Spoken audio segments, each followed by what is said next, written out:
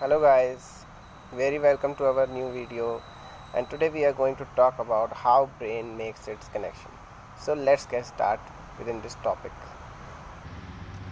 So guys, how did scientists found that how does brain makes its connection? So scientist ने पता लगाया guys कि कैसे एक ज़ीब्रा फिश होती है, उसकी मदद से पता लगाया ये गाइस कि कैसे ज़ीब्रा फिश में पुरकिंजन न्यूरॉन्स, नॉकआउट ज़ीब्रा फिश जिसका नाम होता है, कैसे brain make it's connection with in it. Neurons और नर्व सेल्स जुड़े होते हैं ब्रेन में, जिस कनेक्शन को सिनेप्सिस कहते हैं।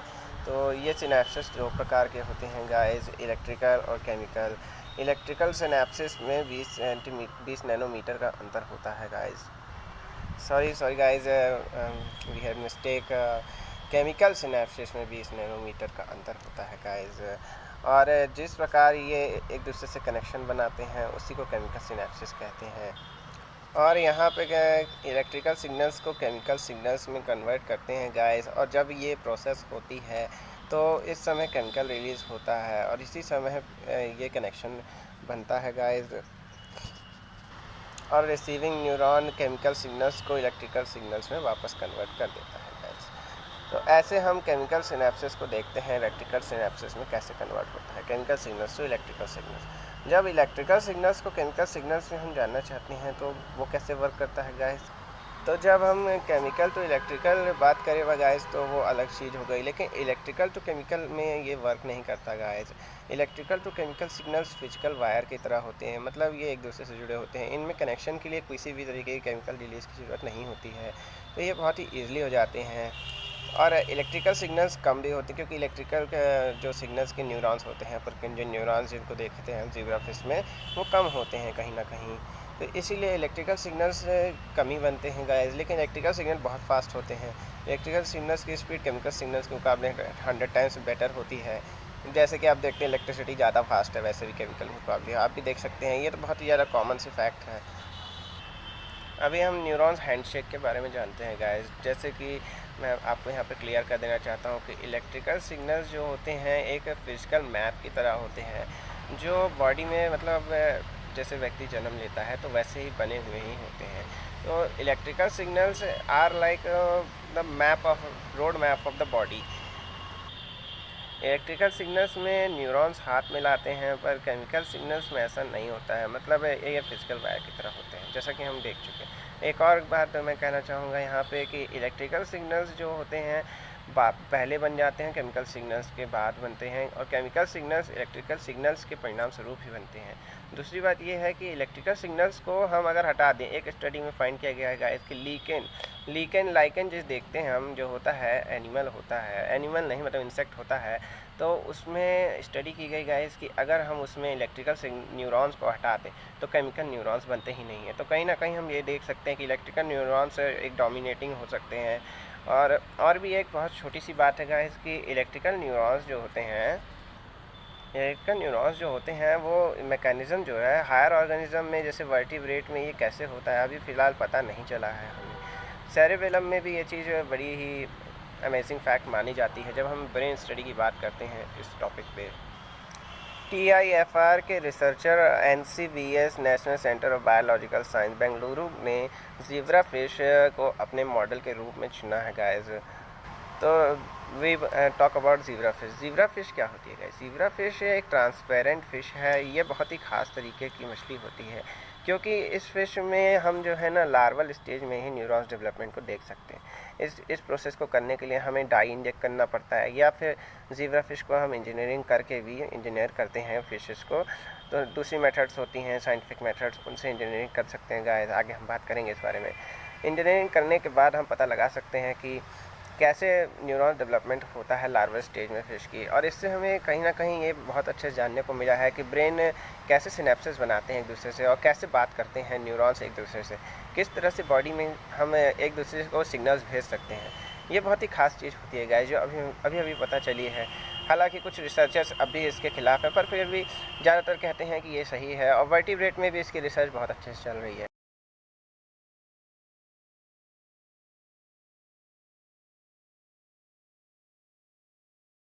तो आगे हम बात करेंगे गाइस पर्किंजन न्यूरॉन्स के बारे में। परकिंजियन न्यूरॉन्स क्या होते हैं?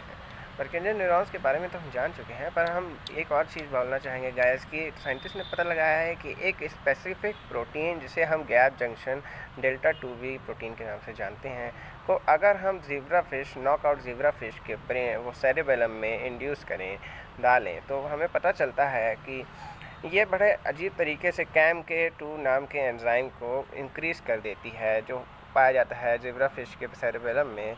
ये CAMK2 के लेवल को इंक्रीज़ कर देती है। CAMK2 का लेवल बढ़ता हुआ दिखता है यहाँ पे हमको सेरेबेलम के परकिंजियन न्यूरॉन्स में। हाँ गाइस, ये सेरेबेलम में जो न्यूरॉन्स होते हैं परकिंजियन न्यूरॉन्स, इन्हीं को ही हम बोल रहे थे कि ये क्या होते हैं। यह न्यूरॉन्स और सेरेबेलम ही हमारे मूवमेंट को कंट्रोल करती हैं गाइस।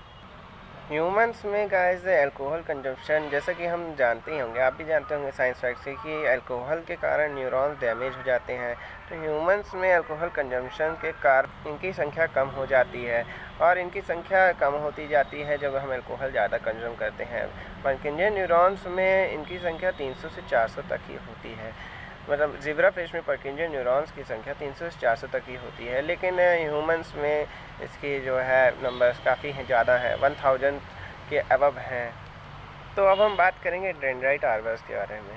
तो सामान्यतः देखा जाए तो CAMK2 एंजाइम का लेवल कम होता है इसमें डेवलपिंग न्यूरॉन्स में गाइस, लेकिन डेवलप्ड न्यूरॉन्स में इनका लेवल काफ़ी हाई होता है।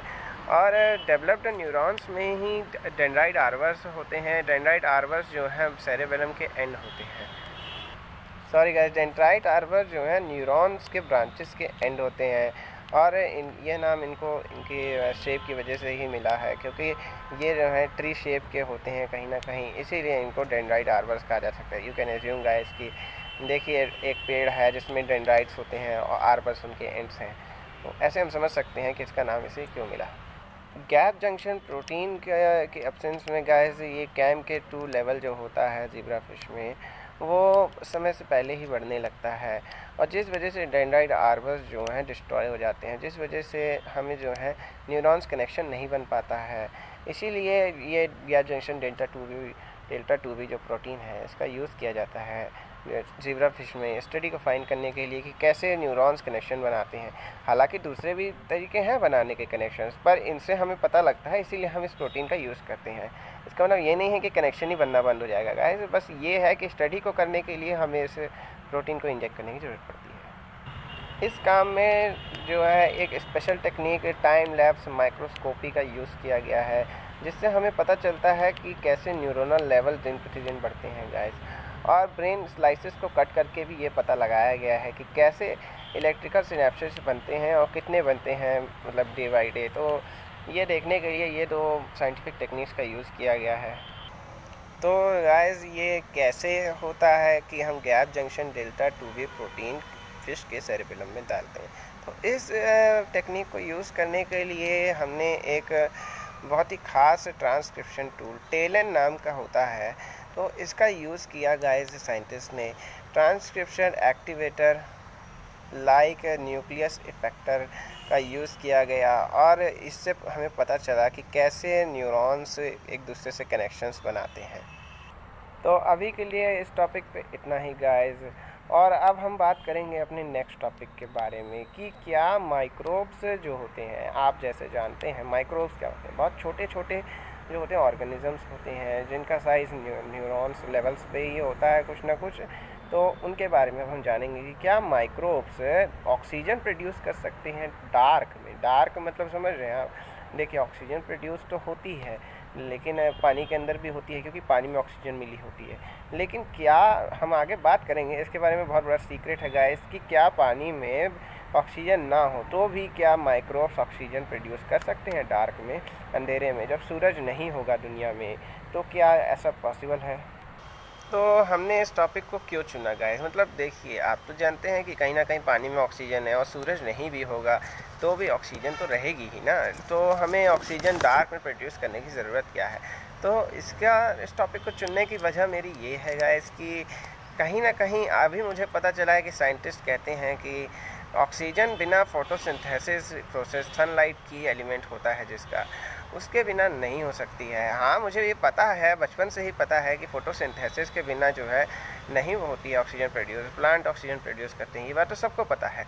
लेकिन कहीं न कहीं ये भी हमें पता है कि ऑक्सीजन, दुनिया की जितनी भी ऑक्सीजन है सारी की सारी तो कहीं प्लांट्स ने तो नहीं बनाई हैं, ये बात तो सब जानते हैं। ये कहीं और से आई है, क्योंकि इतनी सारी ऑक्सीजन प्रोड्यूस नहीं कर सकते प्लांट, क्योंकि इतना तो हमारे यहाँ कार्बन ही नहीं था, तो कितना प्रोड्यूस करते प्लांट, ये बताइए आप। तो इसके बारे में हम जानते हैं आगे। तो सदर्न डेनमार्क के कुछ रिसर्चर्स ने पता लगाया गाइस कि बिना सनलाइट के भी ऑक्सीजन ओशन सरफेस के डार्क एरिया में बन सकती है। तो ये कैसे बनती है? ये कुछ जो है इनविजिबल माइक्रो ऑर्गेनिजम्स हैं जो अजीब तरीके से ऑक्सीजन प्रोड्यूस करते हैं डार्क में। तो हम जानते हैं इनके बारे में। कुछ माइक्रोब्स ऑक्सीजन बनाते हैं बिना सनलाइट के ओशन के डार्क सरफेस में, और ये बहुत ही कम मात्रा में पाए जाते हैं, कुछ खास जगहों पर ही पाए गए हैं गाइस। लेकिन ओशन में पाए जाने वाले माइक्रोब्स जैसे नाइट्रोसोप्यूमिलस, मैरिटमस और उनके कजिन्स, जिन्हें हम अमोनिया ऑक्सीडाइजिंग आर्किया के नाम से जानते हैं, ये नाइट्रोजन साइकिल में बहुत ही की रोल प्ले करते हैं, और इनके लिए ऑक्सीजन की जो है आवश्यकता भी होती है गाइस। और इससे हमें पता चल, ये एक पहेली है गाइस कि क्यों ओशन के अंदर इतने ज़्यादा मात्रा में ये प्रोड्यूस है, जहाँ पे ऑक्सीजन की इतनी कमी है वहाँ इतने सारे माइक्रोब्स कैसे पाए जाते हैं। ये एक साइंटिस्ट के लिए एक बहुत बड़ी पहेली है गाइस। रिसर्चर्स को पता चला गाइस कि यह माइक्रो ऑर्गेनिज्म अपनी ही ऑक्सीजन बना सकते हैं। एन जो अभी हमने पता लगाया, नाइट्रोसोप्यूमिलस मैरिटमस, ये एक ख़ास ऑर्गेनिज्म है जिसकी स्टडी की गई गाइस, और ये जो है ओशन के डार्क सरफेस एरिया में भी ऑक्सीजन बना सकता है। देखा गया इसे स्टडी करके कि क्या ये वाटर में अपनी ऑक्सीजन बना सकता है। तो कहीं ना कहीं ये जब ऑक्सीजन बना रहा था वाटर में, तो ले रहा था, तो ऑक्सीजन लेवल बढ़ता गया वाटर में, तो कहीं ना कहीं ये अपनी ऑक्सीजन बनाता है खुद से गाइस। तो ये एक ऑक्सीजन प्रोड्यूसिंग आप कह सकते हैं एक माइक्रो ऑर्गेनिज्म है। पेड़ की तरह तो नहीं, पर अपने लिए इतनी बना लेता है कि अपने लिए काफ़ी है उसके लिए। और ये इससे जो है ना सरफेस एरिया जैसे अर्थ का है, इससे ऑक्सीजन लेवल नहीं बढ़ेगा, इतना नहीं बना सकता, लेकिन अपने लिए बना लेता है। तो अभी के लिए बस इतना ही गाइस। और हमें पता चला कि माइक्रो ऑर्गेनिज्म डार्क में भी बना सकते हैं ऑक्सीजन को। तो अभी के लिए इतना ही। प्लीज़ सब्सक्राइब करिएगा और हमारे वीडियो को लाइक करिए। हमने तो बहुत मेहनत की है।